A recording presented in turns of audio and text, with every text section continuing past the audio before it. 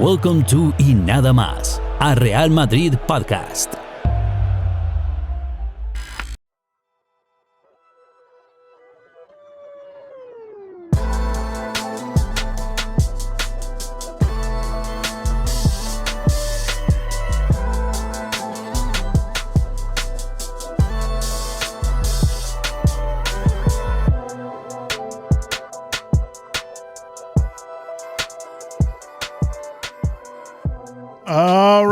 All right. What is going on, everyone? Welcome to another episode of Y Nada Más, a Real Madrid podcast. I am your host, Eric Rivera, and we are back for another episode this week.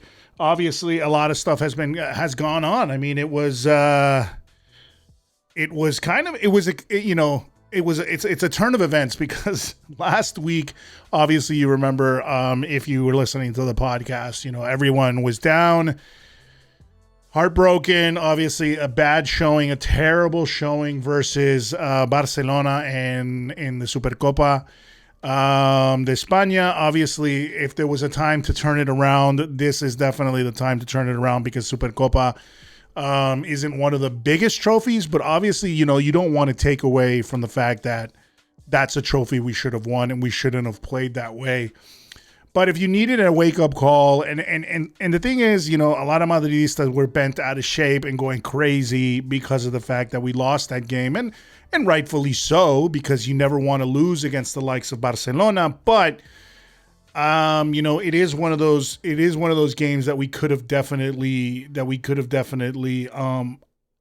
in a way afforded to lose, because where we definitely want to win is La Liga. Obviously, we have I would say a bone to pick. We have, a story to tell. We have, how would I say? How is it that they say that? We have unfinished business with the Copa del Rey. So, a lot of fear because we obviously dropped that game, lost the game against Villarreal in La Cerámica in La Liga.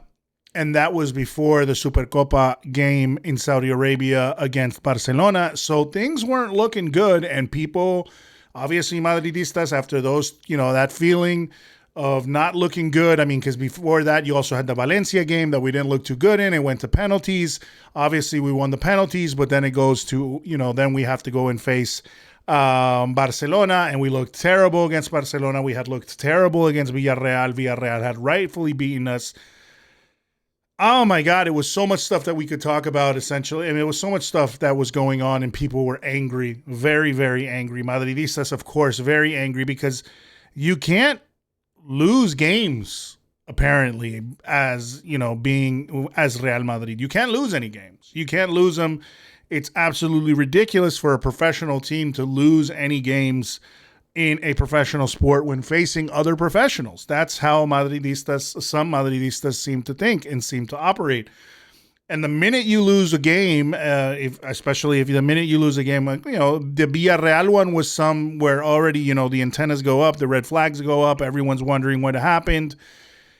Against Valencia, it didn't look too good. And then you go against Barcelona and you look absolutely terrible. I think, people would let a bad performance slide against Valencia, a bad performance slide against Villarreal, but not a bad performance slide against Barcelona, because we always do this as Real Madrid, is lose against that one team where we really should be doing it, because my issue with the whole thing is that Barcelona goes out always to destroy us. That's their feeling. That is, I think Jordi Alba put it one time that winning a Clásico was almost as important to them as winning the Champions League. Obviously, they haven't won the Champions League for many years, so they have nothing else to think about except for trying to beat Real Madrid in a Clásico. So I understand that sentiment from Jordi Alba because, obviously they're always coming in second to us in all the major trophies, but they really go out guns blazing against us, and it's about time that we do the same.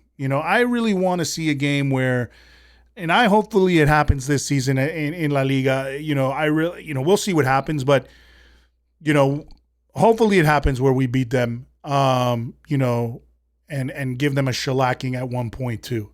I really feel like this is the opportunity to do so. I mean, they didn't look that good Barcelona did not look that good this weekend against Getafe.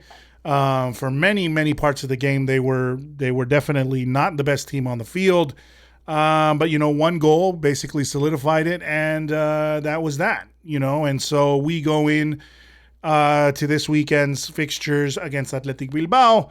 Obviously, still chasing Barcelona to be, right behind them, because we can't let them slip away. And it was very important to come back from all of those bad results, or seemingly, a run of bad results since coming back from the winter break. But anyway, before I get started, once again, I am your host, Eric Rivera, and this is the Y Nada Más podcast, a podcast dedicated to all things Real Madrid, and that is what my team here does. So you can check us out at Y Nada Más podcast on Twitter, where we are most active, and that's mostly me that is there, as well as on Facebook at Y Nada Más podcast, and on Instagram at YNM podcast. Now, if you are listening right now, there is a video version of the podcast that I have been releasing since maybe, I would say sometime, it was about like 30-something episodes ago, I started doing a video version of the podcast. So you can find that on, make sure to subscribe on YouTube at Y Nada Más podcast. And we're also going to be doing one live stream, pretty much one live stream a month. That's my goal. And I'm also trying to get Hilal and Trombach on here, as well as other people. Hilal and Trombach, being that one of them is in India and one of them is in the UK, we are trying to figure out what is the best time to do that podcast. So I'm trying to figure out what's the best time that we can all jump on and do one. So I'm not always, just monologuing this thing.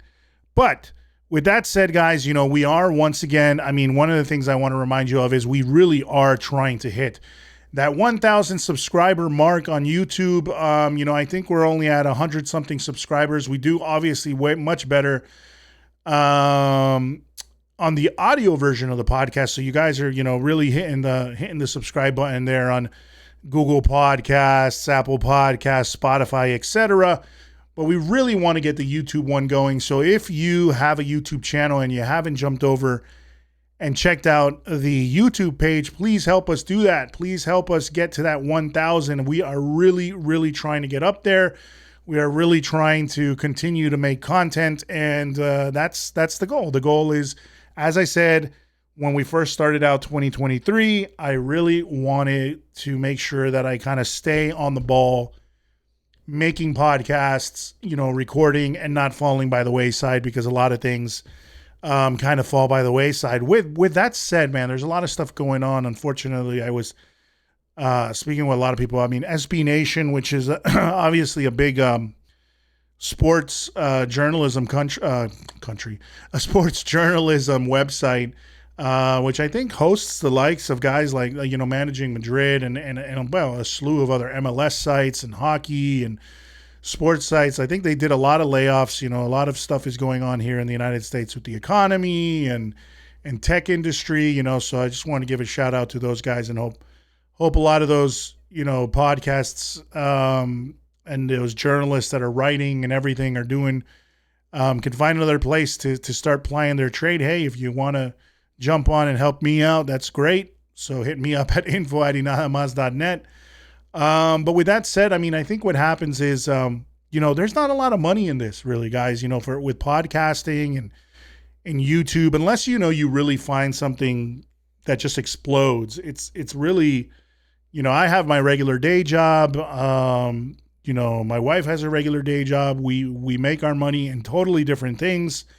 The guys that help me out on the podcast, whether it's Halal or whether it's Trombach, whether it's Adrian, who's my graphic designer.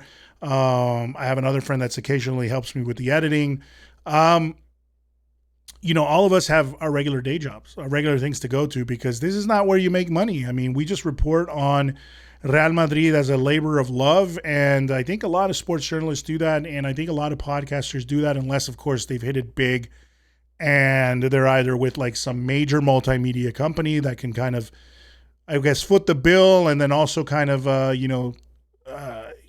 so I guess stand behind their brand and then pay them some kind of stipend and help them out there. But really, it's a labor of love to jump on these things all the time. And I know those guys from Managing Madrid, hopefully they'll continue doing their thing. I think they're still on there. I mean, I hope. I've just been hearing a lot of stuff with SB Nation and Vox Media laying a lot of people off. So hopefully you guys do a lot of good work. So shout out to all those guys. But anyway, jumping back here, if you're interested in jumping on the podcast, well, not jumping on the podcast, but writing for the podcast at Inadamas, check us out at info@inadamas.net.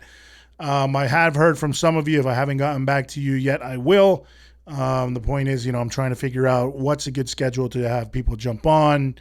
How are people going to write? That kind of stuff. We're trying to deal with the logistics of all of that. But I appreciate the support, and the idea is to continue growing this thing. So remember, once again, subscribe to the YouTube channel, and if not, listen to us on the audio version, which is in Spotify, Apple Podcasts, Google Podcasts, wherever podcasts are found, you can find us there. So with that said, let's go to, of course, essentially talking about, I made some notes. I mean, I wanted to go through this podcast really quickly today, and I kind of always say that, and then it ends up being like 45 minutes, an hour, sometimes more than that, because, because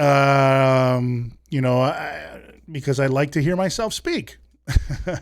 But no, I mean, I think what it is essentially, I end up going off on tangents and stuff like that. But I just like to talk as a fan, like if I'm sitting down with all of you and us chatting. So that's kind of why I want to have more of you maybe jump on and at some point and we can discuss more things that are going on. And then another thing is, somebody brought up a good point, is to maybe do one of these days like a watch along where we can do like a live stream and we'll watch the game in real time.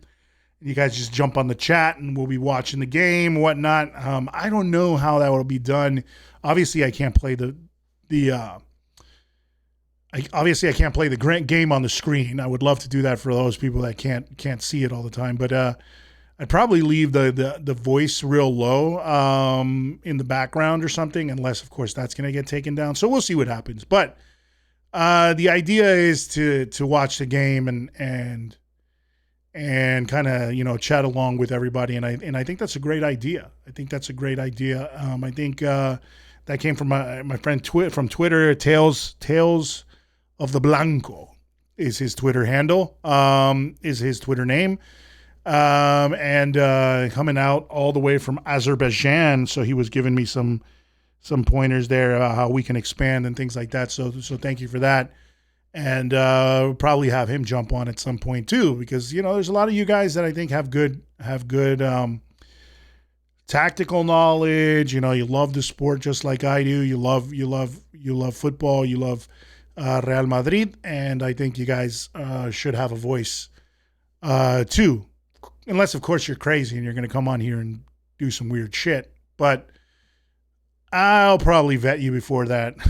So anyway, with that said, let's move on. So, Real Madrid, comes from behind. So let's talk a little bit about what happened. So since the last podcast, obviously we lose to Barcelona. We had lost to Villarreal. Everything looked dark and gloomy. And I had said tough times ahead, in like 2 podcasts ago, I said we were going to be after the Villarreal loss. I had said on a podcast, which is, tough times were coming because we have all these games lined up, which were going to be very tough. Valencia, if we got by Valencia, we would have to play Barcelona. Even if, whatever happened in the Supercopa, we would end up having to face Villarreal again for Copa del Rey. We were going to face Athletic Bilbao in San Mamés.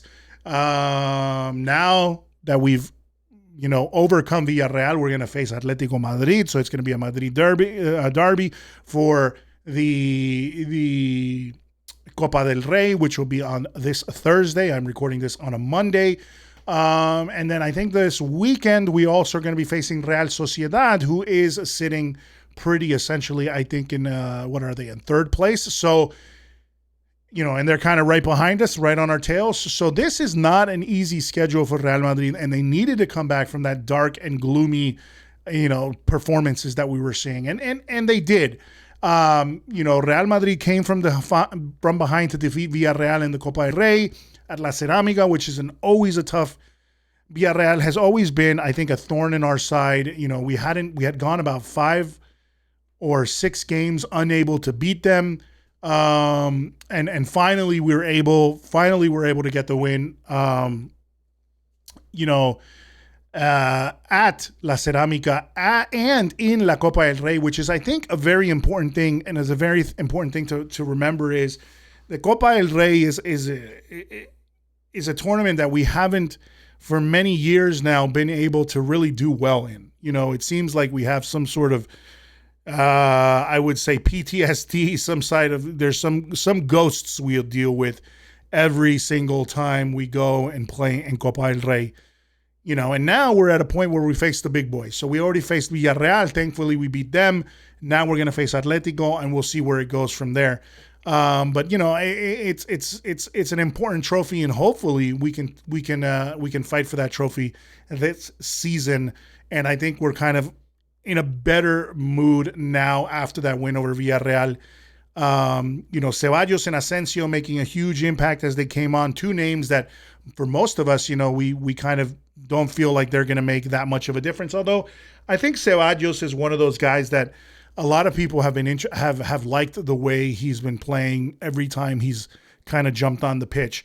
He, not that he's like a world beater. He's not obviously he's world class if he's playing in Real Madrid, but he's not, the star. He is not a marquee name, Dani Ceballos, but he's done a good job, I think, every single time he's come on the pitch, and he's injected a lot of energy into that midfield. He really fights for the ball. He's really, he's really going out of his way to make sure, he kind of, he recovers, he makes the recovery, he sets, he changes play, whether it's from, out into the left side, and trying to get something going and trying to make sure that the midfield is locked down. So he's doing a good job there. Asensio is a guy, which kind of, I've always said, seems like a one-trick pony.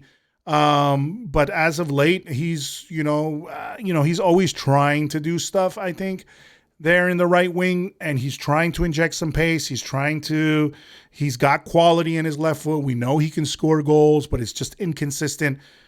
But both of these guys came on. They made an immediate impact against Villarreal. And obviously, they are the ones who, it was a Asensio pass that leads to Vinicius' first goal. Obviously, Ceballos scores the third goal, scores the winner. Benzema seems to be coming back in there. He hits the header that essentially is blocked by Villarreal's goalkeeper and falls to Militao, who puts the ball away. So it was really a performance to come from behind. However, the first half, it was kind of more of the same as what we had seen against Villarreal previously. We were getting really torn to shreds, and we're really, again, sort of out of sorts in the midfield, defensively. The one thing is, I think that Nacho stood out, deputizing there as the right back. He made a lot of incredible interventions and blocks in order to stop. He kind of kept us in the game, and I think Nacho is one of those guys that you have to respect so much. Nacho is just, and not only this game, obviously he did a phenomenal job again against Athletic Bilbao, but it was just another game that was another time to show that Nacho deputizes well as a right back, as a center back, as a left back. There are few players that demonstrate the loyalty that Nacho does. We've never seen him complain about being essentially kind of a rotation squad player. Well, no, a squad player. And whether he's told to be a left back, right back, center back, you can always tell he puts heart into it. The guy knows what it is to be a Madridista. And I think, he earns it. He earns the fact that so many people respect the hell out of him, And I think he's kind of got that along the lines with Lucas Vázquez, who really does bleed Madridismo too. But Lucas Vázquez has been so inconsistent. He occasionally can show up. and he's really out of place in a lot of places that he plays, whether it's as a right back or as a right wing. He's not the first guy you have on the list to do that. Nacho, more often than not, will come in and put on a good performance, so that is the one thing I think that a lot of people love about Nacho. So with Villarreal, I think, one of the things I wanted to say was I really think there is no doubt to me, and I got a picture up here. I'm just throwing some stuff on the screen. Here's a picture of Camavinga, and I'll get to him in a second. But, here's the guy celebrating after I believe that was Dani Ceballos' goal to win it. One of the things I feel like, that has to be said is that Villarreal were no doubt undone by the injuries, or it seems like, what was injuries to both Juan Foyt and Raul Albiol, who had done a stellar job in that first meeting that we had in La Liga like 2 weeks ago or a week ago. Juan Foyt had kept, tabs on Vinicius. Raul Albiol was incredible in defense. And I think, who was it that they brought on? I forgot his name. Was it Mandi? Was it Isa Mandi that they brought in? But anyway, as soon as they brought him in, the issues started they started coming undone a little bit. And I think that was a huge benefit to us, so I think we can't take away from the fact that it wasn't a complete performance in the sense that it wasn't, obviously we were down 2-0 before coming back 3-2. And, we have to take into account that they lost 2 important players. So Real Madrid, could it have been more of the same had those 2 guys gone out? Would we have been able to come back and do it? Who knows? But this is football. Sometimes what happens is, players get injured and it makes an impact on the game. And when we needed it, it happened. And then essentially we capitalized on it. And that was huge for us. It was big. I mean, Dani Ceballos came on. He was hungry. He's looked hungry every single time he's come on. So I can't hate on the guy at all. I think I've liked what he's shown, and he was a huge part of us getting that win. Him and Asensio jumping on and really changing the dynamic there in the midfield, and Asensio out on the right wing to change the dynamic of the game and really make things happen and essentially get the win in the Copa del Rey, which was huge. So moving on to the game versus Athletic Bilbao, Ceballos and Asensio actually got rewarded for their performances against Villarreal, and then they start alongside Camavinga, who did a good job against Villarreal, and hadn't done a good job against Villarreal. I'm sorry, hadn't done a good job against Barcelona. I think I had mentioned that, he only had put together about 60% of his passes. He was very inaccurate. I mean, he fought for the ball and he fights for the ball and he's very energetic.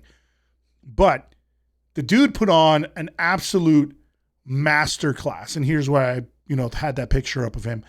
The guy put on I can't say it was absolutely perfect, but he did such an incredible job. Karim Benzema got the Man of the Match award, I believe, for the Athletic Bilbao game. But when I was watching it, and Spanish commentators I was watching, they had said that they believed that it was Camavinga who should have gotten it, because he was absolutely phenomenal. Played the full 90 minutes, was full of energy. The way he advances the ball, I mean, I think I was talking to Halal, my good friend Halal, who's a contributor here at Adi Nada Mas. We were talking about, just seeing him on the ball, the way he progresses the ball forward, how elegant he is on the ball. I mean, he gets rid of the passes, he gets rid of he can dribble when out of a tight spot when he needs to, and essentially, make that pass. He's, like I said, he's elegant on the ball, and he's just, he had something like, I think it was like 9 recoveries in this game. I had him here somewhere. This is courtesy of the people over there at, I think it's FOTMob or something like that. He had 9 ball recoveries, 5 clearances, 2 interceptions. Won more than 50% of his ground duels. He was superb on the pitch for Real Madrid, and it just goes to show that we went out against Athletic Bilbao with this midfield with Valverde, Camavinga, and Ceballos. And I think it's really making a difference because it kind of shows to me that it could be time to start the youth essentially at Real Madrid. Now, Camavinga, the likes of Camavinga, the likes of Ceballos, the likes of Valverde, starting them in those positions in the midfield. And I mean Valverde outside of that right wing position. If Asensio continues playing the right wing the way he did, and linking up maybe, having this link up play either with Valverde or Ceballos, if he can continue doing that and playing that way, I have no problem. Obviously, Rodrigo is there as well, and we'll see what happens with Rodrigo. Obviously, he had a little bit of a not a confrontation. He had a little bit of a tiff with Ancelotti and was mad that he got substituted, so he came off the pitch. He didn't greet Ancelotti when he came off the pitch. Ancelotti took that as an offense and told him, you don't do that, which I think is important. Ancelotti needs to also, we have this idea of Ancelotti as this really great man manager, almost like a father figure to a lot of these young players, but he definitely has to put his foot down. He can't be a friend all the time, so he can motivate, but at the same time, there are times when he has to be very tough. So I think it could be time to sort of, and I think what happened with the Ceballos and Camavinga is they really took the game to Athletic Bilbao. So, in a game where obviously in San Mamés, where these guys are, they call them the Leones for a reason. San Mamés is always a very, very, very tough a place to go to. There's a lot of energy. That Basque passion is always there. There is no love lost between Athletic Club and Athletic Club de Bilbao, as they want you to call it, or Athletic Club. There is really, I don't think, a lot of love lost between, them and Real Madrid. They are one of, the traditional heavy hitters in La Liga. One of the teams that's never been relegated, always has been a tough team. It was interesting to have them go out against Athletic Club with Ceballos and Camavinga, and I think it came out nicely because maybe it put Athletic Club in a situation where maybe they were the ones who wanted to press, they were the ones who wanted to be aggressive, but then you're met with a midfield that is equally aggressive. Valverde, Ceballos, Camavinga, and Camavinga on fire as that central defensive midfielder, recovering the ball, not making it easy, to string things together and get their attack going. Not to say they didn't have their chances, because Athletic definitely did have their chances, but I really liked that idea from Ancelotti. Who knows, could it have been, I think at this point we can all see that Modric and Kroos are obviously slowing down. I mean, Modric is 38 years old, or he turned 38 years old. Kroos, obviously, I think Kroos still has plenty left in the tank, although he's, kind of contemplating retiring. But obviously with that goal he scored with Athletic, I think he's still got it. But I think it might be time to, and this is coming from, you guys know, if you've listened to my podcast, that I am a diehard Luka Modric fan. Diehard. When I say diehard, like I always say, I name my son after him. I always go for Croatia. I absolutely love Luka Modric to the death. But obviously he's older now and he's played a lot of games already this season. So he's not going to have the energy that, even though he's looked great, he's still not going to have that energy, that youthful energy that guys like, let's say, Ceballos, Valverde, and Camavinga are going to have. Now, if you add Tchouaméni in there and you have maybe Tchouaméni and Camavinga, I don't know if you're going to have sort of play that double pivot and have maybe a Valverde or have a Ceballos, however you want to play that. Or at some point a Bellingham, who knows? But still, the idea is that youth is super important, and it showed against Athletic Bilbao. And I think what we've been seeing a lot is playing Modric and Kroos with, let's say, Tchouaméni, and then having Valverde out on the right wing. That's something that we already did last season. So maybe teams have already gotten used to it. They know how to do it. They know how to press. They know that Modric and Kroos are not going to have that same level of energy. So I think a lot of times we sort of end up having to play games and then I think a lot of it is because they come out guns blazing, and we've had to come back and inject energy in the second half through the likes of Camavinga and Rodrigo, inject energy in the second half to sort of win back the game after starting somewhat slow. So this is kind of a turn of events where I feel like you're injecting the pace at the beginning of the game and trying to get started quickly, and then when the other team is already not as there's tired legs on the pitch, there's not as much, you might have a couple players that have been substituted in and they're re-energized, but you're also going to put in two veterans like Modric and Kroos to sort of close out the game and keep everything calm and under wraps and keep the ball. I think that could be an option, either one or the other, because I'm saying is like, maybe you start with Kroos and then, take him off and, switch. Let's say you start with Kroos, Tchouaméni and Valverde, or Camavinga and Valverde and Kroos. And then maybe towards the, you take off Kroos, you might want to put in Ceballos, you take off Valverde and you put in a Modric, so you kind of always have that energy in there, but you also have that veteran in there that knows how to sort of close out a game and be mature, so that is kind of what I'm seeing. It should be the kind of idea that we're starting to see a little bit more, because the youth of this team is definitely showing that they can take it to the other team. And I think that's what we saw in this game against Athletic Bilbao. They definitely came out with, very hungry and very ready to take it to Athletic Club, knowing that Athletic Club was going to come out also on fire and ready to hurt us, So, and I think, the other thing that I feel like is, I wanted to say also was that Nacho also once again was solid at right back. He continues to solidify himself to me as the consistently unsung hero of Madrid. The stars usually take all the headlines, but you need these kind of like gritty, loyal, no-nonsense players like Nacho in your squad too, because sometimes those guys are going to sacrifice everything for the club more so than some of the marquee names.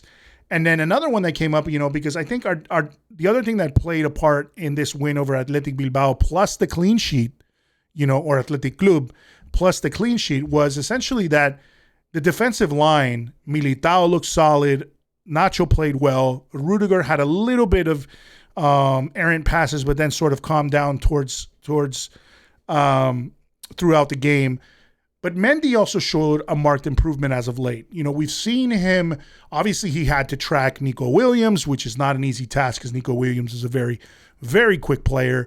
But Mendy has shown a marked improvement with the overlapping runs. He tried to get into attack more than we've seen him during the season, and he, helping out Vinicius there. So there is no doubt to me that this is a consequence of something being said in the dressing room by Ancelotti and the coaching staff. And in addition to that, with, fans and Madridistas, like you guys on Twitter and everything, and me on the podcast and the media calling for these additional fullbacks, there's probably no doubt in my mind that Mendy, along with them talking to him, but Mendy has to feel that the heat is on, that there is potential, that there is calls for, competition in the near future to come in and sort of push to be in that position, kind of push to take over that left back role if he's not performing, and that to me is why it's so important to have depth. And this is kind of more of a testament of how important it is to give players confidence, but at the same time, you can't let, and I think that's what's been happening lately with us, and I think sometimes with Vinicius and it can happen with the likes of Benzema, although Benzema is a consummate professional, but with these younger guys is if you let them feel like they are the out and out starter every single time, I think it's very easy for some of the young guys to get complacent, like Vinicius and like a Mendy. We don't have that problem. Obviously, Carvajal is an older player, and at this point is also, I'm pretty sure, knowing that he's not always going to start as a right back. But some of the youthful guys, if you give them too much confidence, then they start taking it and feeling like they're indispensable. And no one's indispensable, especially at a team like Madrid. So you need that depth. And that's kind of what I think people have been calling on is fullbacks and these other options, especially like at striker, not only because you just don't want to burn out Benzema, who's 34 years old, even though he's quality still. But you do want to have other options there so that everybody knows that at a club like Real Madrid, every player should know that there is a long line of talented players just chomping at the bit or just, ready to jump at the chance to take your position away if you're not performing and Real Madrid starts looking, and that's a testament of how important it is how important competition is too. In professional sports, you need that competition. If complacency just breeds, just is going to breed sort of sometimes these lackadaisical performances because you're going to get complacent with the fact that no one's going to take away that spot. You're the star and that kind of stuff. I mean, I think one of the things, although I'm not going to criticize Vinicius at all, because I feel like he's one of the guys that'll continue, like I have said on podcasts before, that I love about him is, whether he gets, whether they tackle him, whether they kick him, whether they're calling him names, which they shouldn't, obviously, racist, chants or what I mean, because if they're bantering and calling him a dick or whatever from the sidelines, I mean, that's par and parcel for what this is, but what professional sports are. But, they're kicking him, they're bullying him, they're trying to get in his head, but he continues sort of always going and going and going like an Energizer bunny, basically going at the defense. If he fails once, he continues. If he fails again, he continues. He continues and continues and continues. And that wears down a defense. And, in a way, if he's having sort of a lull in form, let's say, since maybe the World Cup, right? Not having the greatest World Cup, but still, not having the greatest return from the World Cup, but he's still trying and going and being dangerous. So if he continues to do that and continues to work through this lull in performance, and those dribbles start coming back, that feeling of comfortability, or I would say, that feeling of comfort comes back to where he once again feels like, things are working out for him. And the take-ons are working and the dribbles are working and he's finding the space and he's finding the link-up play and and he's finding the goals again. Then he once again becomes unstoppable like he was, so important last season.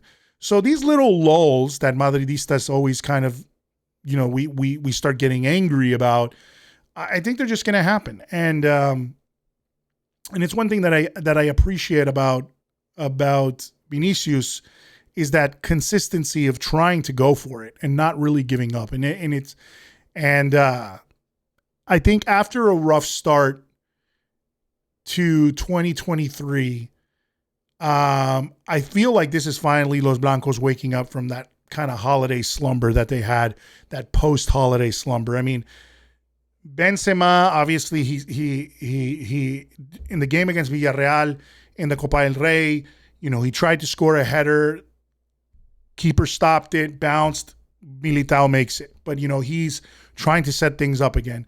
In the goal, the volley, that delicious volley that opened the scoring against Athletic Bilbao was such a difficult goal to score,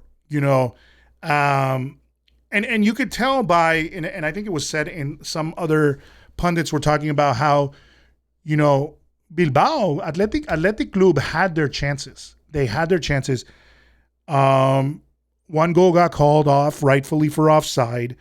Nico Williams scuffed a pretty much easy shot, I think Iñaki Williams scuffed, pretty much missed another easy shot that he should have put in.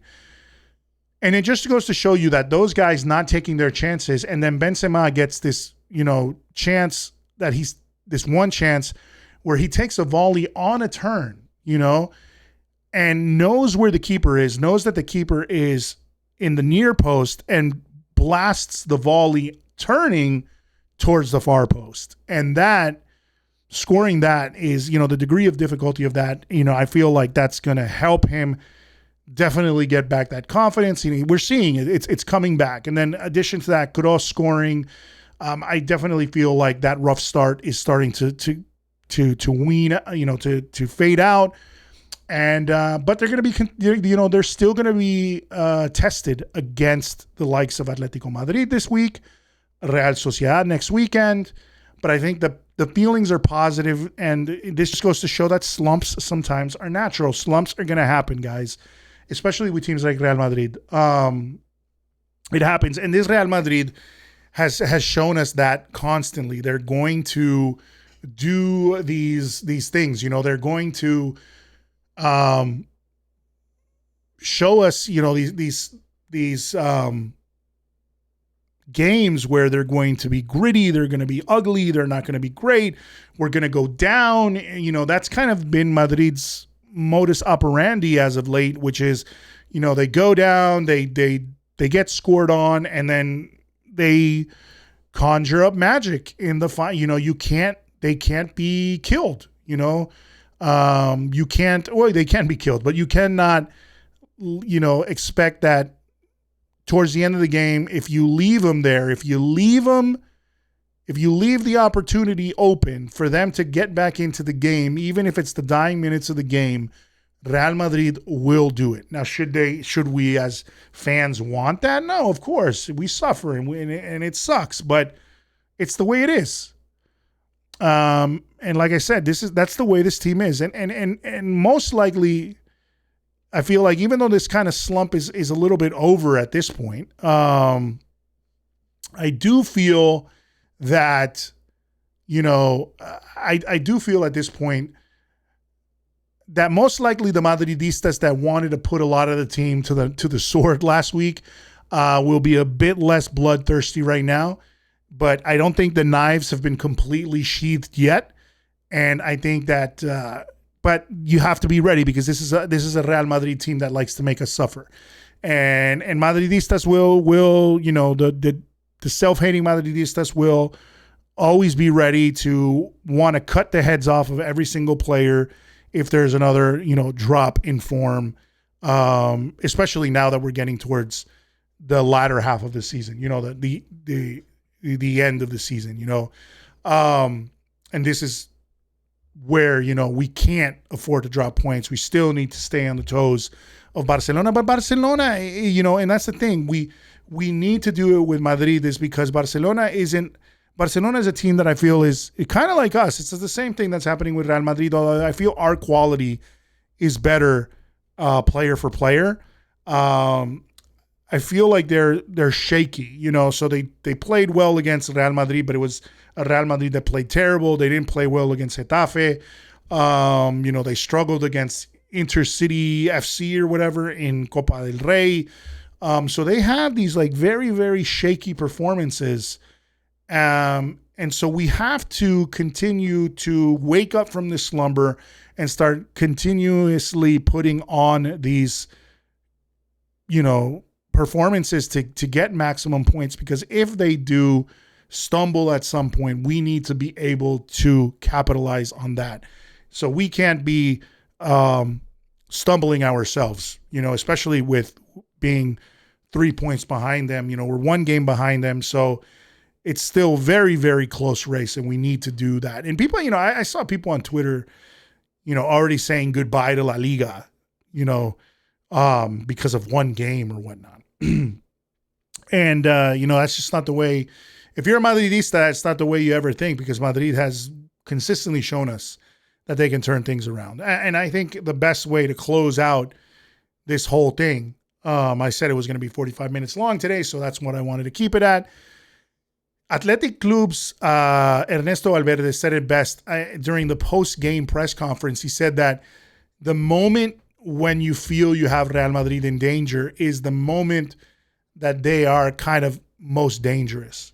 So I've talked to you a lot about, Muhammad Ali and my background, obviously, of being, a fan of boxing and combat sports, and my background, obviously, is training and fight sports. And it's the masters of the football rope-a-dope is Real Madrid. They're doing it again. And that is the rope-a-dope, famously, the Thriller in Manila. I'm sorry, not the Thriller in Manila. Sorry, the Rumble in the Jungle against George Foreman. Muhammad Ali versus George Foreman. And what he did was, basically just dance around, essentially, let George Foreman punch, score points. He wasn't offering much of offense, but what ends up happening is that he is lulling George Foreman into a sense of security, or the opponent into a sense of security, feeling like they're confident, getting them to be complacent, getting them to feel like they're dominating. And then right when they're feeling like they're dominating, boom, they attack. They score. You hit you with a right hook. They hit you with a left hook. They hit you with an uppercut.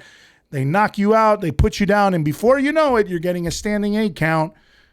And you're wondering what happened. You got a knockdown and you're wondering what happened. In this case, knockdown is a goal. You get scored on, and like when you were leading 2-0, now you're leading 2-1. And you're still shaken up about how they did that when they do it again. Roll you into the sense of security, boom, hit you with another one. Now it's 2-2, right? Now you are on the back foot. Now you're worried. How could they possibly have come back? How could they possibly have come back? After I was dominating, how could they possibly have come back? So you're the one now that is worried, that is concerned. That is when Real Madrid hits you. Boom. That's when they get the winner. That's when they start making plays. These guys are the masters of the rope-a-dope, man. There's a reason I love this team. I guess it's because I'm feeling that same fighting spirit with them, is that they won't go down without a fight. And that's Real Madrid, guys. That's the team that we love, And I feel like it's starting to turn things around. So I feel confident going in against Atletico Madrid, who hasn't been obviously the best as of late. We're going to see how that's going to go. But I really feel like I kind of feel confident when we play Atletico Madrid these days. I feel nervous about Real Sociedad because they are definitely on the up and up. They are a quality team. So that's going to be an interesting one. But with all that said, guys, thank you very much for listening to this episode of the podcast. It is super hot in this room right now. I do not know why. I don't know if the AC is broken, but I am like, I feel like I'm about to just start. I don't know. I'm already breaking out sweating, but I don't know if you can see it on camera. But it's crazy. It's pretty crazy. But anyway, guys, so I can get out of here pretty quickly. Listen, make sure you subscribe to our YouTube channel. If you are listening right now, please do me a favor. Even if you don't watch YouTube, even if you couldn't care less about YouTube, be a pal and go to that YouTube channel of yours. Search up Nada Mas podcast and do me a favor and hit the subscribe button. Do us a favor to hit the subscribe button. Tell your friends. For those of you guys out there, I haven't done it yet, but on the Reddit, sound like I'm a boomer. On Reddit, there is a subreddit for Real Madrid. I posted on there a long time ago. I don't always stay on there, but if you guys are on the Reddit, if you guys are on the Reddit, God, I'm saying it again. If you guys are on Reddit and are on that subreddit, of Real Madrid, tell people about the podcast, have them join it, whatever. I might jump on there and do it. I just don't want to, the moderators are like, you can't advertise or whatever. So Just help us out. Tell people on there to join the podcast every once in a while, to listen to it, to subscribe. I am going to be here for quite some time, basically talking about Real Madrid until the wheels fall off, as they say. That is my goal, you know. Once again, I am Eric Rivera. I am the host of the Nada Mas podcast, joined by the Nada Mas podcast team, of course. You can find us on Instagram at YNM Podcast. You can find us on Twitter at Nada Mas Podcast, at Facebook at Nada Mas Podcast, on YouTube at Nada Mas Podcast, and on the interwebs at www.eatnadamas.net. So, guys, thank you very much for that. And if you are listening on Apple Podcasts, please make sure to leave us a rating, leave us a comment. They always help us when you do that. It helps us to, you know, rise up the ranks there. Continue subscribing, continue listening, and thank you very much for everything and your support. As always, I really appreciate it. Thank you, guys. Thank you very much.